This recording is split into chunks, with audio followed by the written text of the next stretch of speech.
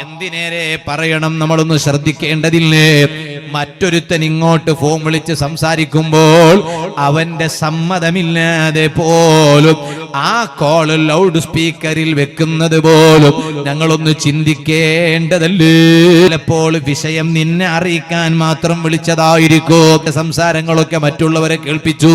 അത് വിളിച്ച അയാൾക്ക് സമ്മതമില്ല, പൊരുത്തമില്ല. അയാൾക്ക് സമ്മതമില്ലാത്ത, പൊരുത്തമില്ലാത്ത ഒരു കാര്യം നീ അങ്ങ് ചെയ്യുമ്പോൾ റബ്ബ് പൊറുക്കൂല. അയാള് നിങ്ങൾക്ക് മാത്രമാണോ അയച്ചത്? അത് നിങ്ങൾക്ക് മാത്രം കേൾക്കാനുള്ളതാണോ? മറ്റുള്ളവർ കേൾക്കാൻ പാടില്ലാത്തതാണോ?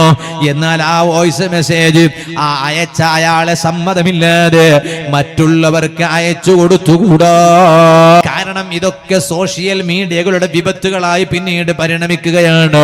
നമ്മളതെല്ലാം ഒന്ന് നന്നായി ശ്രദ്ധിക്കേണ്ടതുണ്ട്.